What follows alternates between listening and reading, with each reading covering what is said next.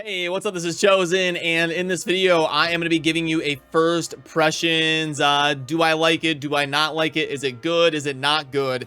Type of video for Infinite Magic Raid, which is one of the most similar games to Raid Shadow Legends that I have seen come out since I started playing Raid Shadow Legends about 4 years ago. So since I cover Raid Shadow Legends here on the main channel, I thought this would be right up our alley here to give you my honest opinions on this. This is not a sponsored video in any way. I am just giving you an honest opinion about this game now that I've played it for at least a little bit to get the beginner basics down and see if it has potential or not. So let's get into it.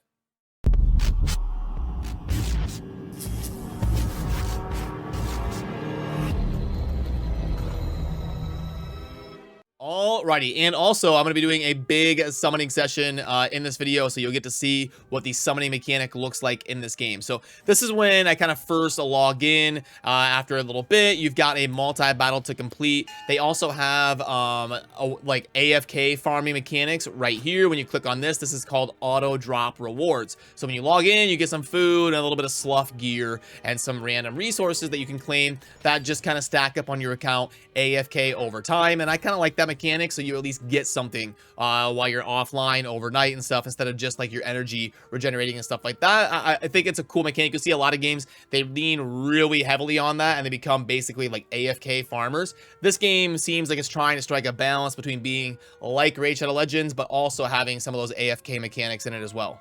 And obviously, you've got your arena, which is the same. You've got a guild to play with your friends. You've got like mastery type of mechanics, talent trees, a forge to craft gear, and a lot of the mechanics that you'd be familiar with if you played Raid Shadow Legends. But I love the multi-battle system in here. You can set up a multi-battle and then still back out and do stuff on your account and look at your heroes and do all sorts of stuff to interact with your account while the multi-battles are running in the background. And then you can set it and then collect what you have multi-battled after it is done. It will tell you when it completes, and it kind of runs in the background, which is super nice. And it does have one of those dispatch features. A lot of games nowadays are doing this dispatch feature. I'm not really a fan of it. It just seems like kind of an annoying mechanic. It's just more busy work to kind of do, but I guess, you know, that's kind of the point of these games, is to do busy work. You do get decent rewards from it, and it doesn't take too much time because it does have an autofill option. You can do the quick deploy and dispatch, but what it does is it kind of forces you to hang on to a wide variety of different leveled up champions and different food type champions, so you can do these different dispatches and be able to collect these rewards daily as they're constantly resetting and rotating. And you've got your heroes that have different affinities, and in this game they're called marks, and it's the same. You've got Force, which is going to be this one right here, and that is like a void champion in Raid. And then you've got the different colors. They're exactly the same as Raid, with the blue, green, and the red, and they all counter each other exactly the same as in Raid. You've got your legendary champions, like right here. We've got Harley Quinn, Space, right, it was actually the first legendary I summoned, and this is a login legendary that I believe everybody gets after like 7 days, but I actually summoned her on like day 1 or 2. You've got epic champions, and then you have got the blue champions, which are elites. They are actually worthless in this game, though. You don't want to invest on anything or in anything that is not an epic champion, because they have to be epic or legendary. They actually have mythic champions as well, but anyway, the lower ranked champions cannot be awakened in this game, so they are completely worthless. It's not like Raid, where you'd want to build like an apothecary or something like that, like a pretty solid rare, renegade, cold heart, stuff like that. That does not exist in this game. It's only epics and legendaries in terms of what you're actually going to invest resources in.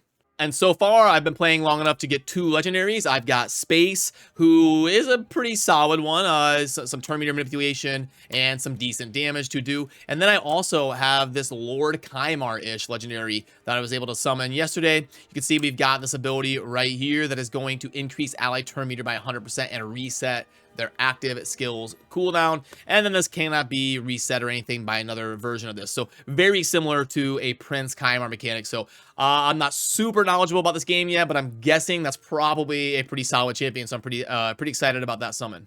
And you've got the skill upgrades that you want to make sure you're putting your scrolls into the champions that you use the most. You've got the equipment that you upgrade from level 1 to level 16, and you get more and more substats as you go, and you can pair together different set bonuses. Then you've got the attributes showing right there. So all of this is pretty self-explanatory, and they do a pretty good job of streamlining the game.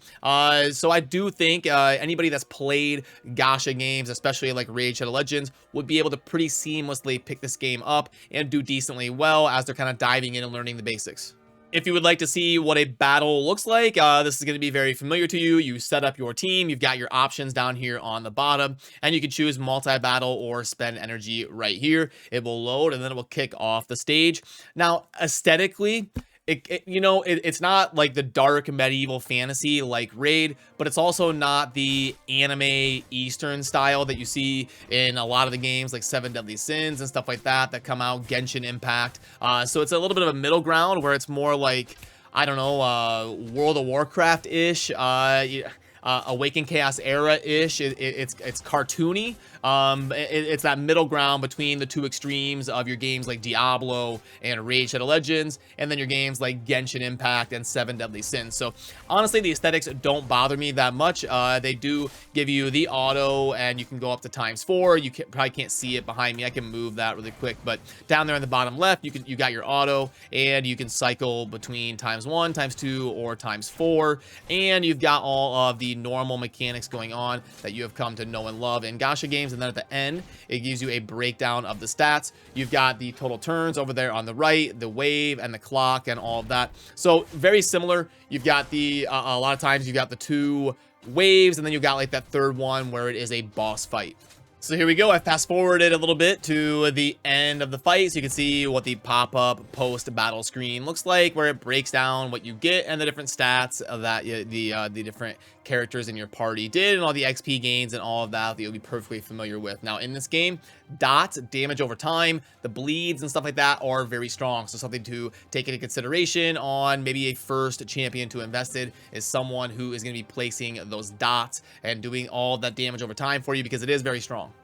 So now that we've seen a little bit of the basics and what the game looks like, let's show you the fun part, the craziness of what the summoning is going to look like. So in this game, it is called Wish, and you're going to be cracking these Wish shards to make a wish and hopefully get a really good champion. You've got the Refined, the Excellent, and then the Supreme. So again, comparing it to Raid, it would be kind of like Mystery Shards, where the Refined is just for food to level up. The Excellent Wish would be kind of like in between an Ancient Shard. Well, it's kind of like an Ancient Shard, honestly. And then you've got the Supreme Wish, which is like your Sacred Shards, and then your Miracle Wish, which is for like saving up for big events that are going on in game. And there is a Mercy system, and then the breakdown right here is mostly stuff that we're all accustomed to. The Excellent Wish, you can see the 11.5% and the 0.7%, pretty comparable to an Ancient Shard in Raid. And then the Supreme Wish is kind of like the Sacred Shard, where it is 8% to give a legend.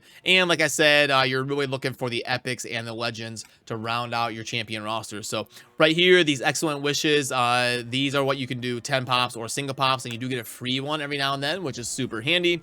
So let's pop the free one before we get into some of these 10 pulls, and hopefully we're able to get a legendary or a super good epic in the video. So this is what is going to be the basic kind of like mystery shard summoning, where you pop those and then you get some food champions. These are just to slough up and rank up some different champions in your roster. So this is the fun part. Come on, here we go. We got enough for 7 10 pops, and then hopefully we're not going to proc the Mercy system there of 135. So let's make it happen, and hopefully we'll get something big, and I'll be able to react to you kind of how this is going. We did get an epic. I don't think either one of those are super sought after that I'm looking for. By the way, I will be working with other content creators and other friends of mine to build a very comprehensive tier list on this game, to at least have that as a resource for you. I have a lot of things going on this week, obviously, with flying to TwitchCon and doing all the Raid Shadow Legends events that are going on down there, but we'll try to get to that as soon as possible, hopefully here within a few days. Capello, I don't think one that I'm really looking for. Okay, I'm gonna have to go through. I don't want to say something that's wrong. I'm gonna have to go over these in a little bit more detail, but hopefully we'll get something that I know is a home run. Right here. So if I remember right, Visley, there's an increased speed on all allies, which could be good. Okay. And okay, and AoE attack down. Okay. And a new epic. Yeah, okay. Let's see. How many more we got? We got 36 more.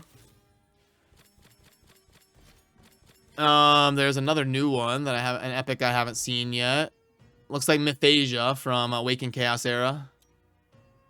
40 to all enemies. Poison. Nice.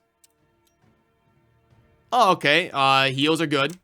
Healing seems pretty strong in this game because there's different mechanics, like the ruins and stuff, or I think they call them space, where you need to be able to do enough damage to clear without being able to like revive or anything like that. Uh-oh, we're down to 16 left. Verto. Okay, I was hoping for something big here in the video. We did just get one yesterday though, so it could be a little bit rough. All right, let's see if we have better luck with singles. We've got what? 6 singles, and maybe we should pull. Should we pull the big ones while we're? Should we pull the sacred shards while we're here? Since we're not getting a legendary here, we may have to YOLO it.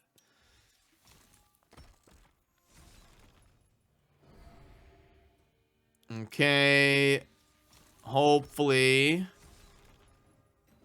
we're not having better luck with one pops. We got 2 more left, and then I'll see if I'm gonna pull the bigger ones, the bigger summons. Okay, so that went pretty bad. I'll take a look at the epics and see if they were any good. But we've got 9 more for a guaranteed leg go, and we got 59 more right there. So hopefully we don't hit the mercy. We've got 5 of the big pulls. Come on, don't do it to me. Give me something here. Don't hoodwink me. Okay, there's a... Now, these are going to be guaranteed epics. These are epics or legends. Okay.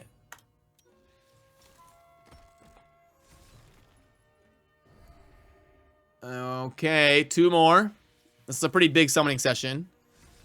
I'm going to have a lot to go over and see what's worth and what isn't. Last shard.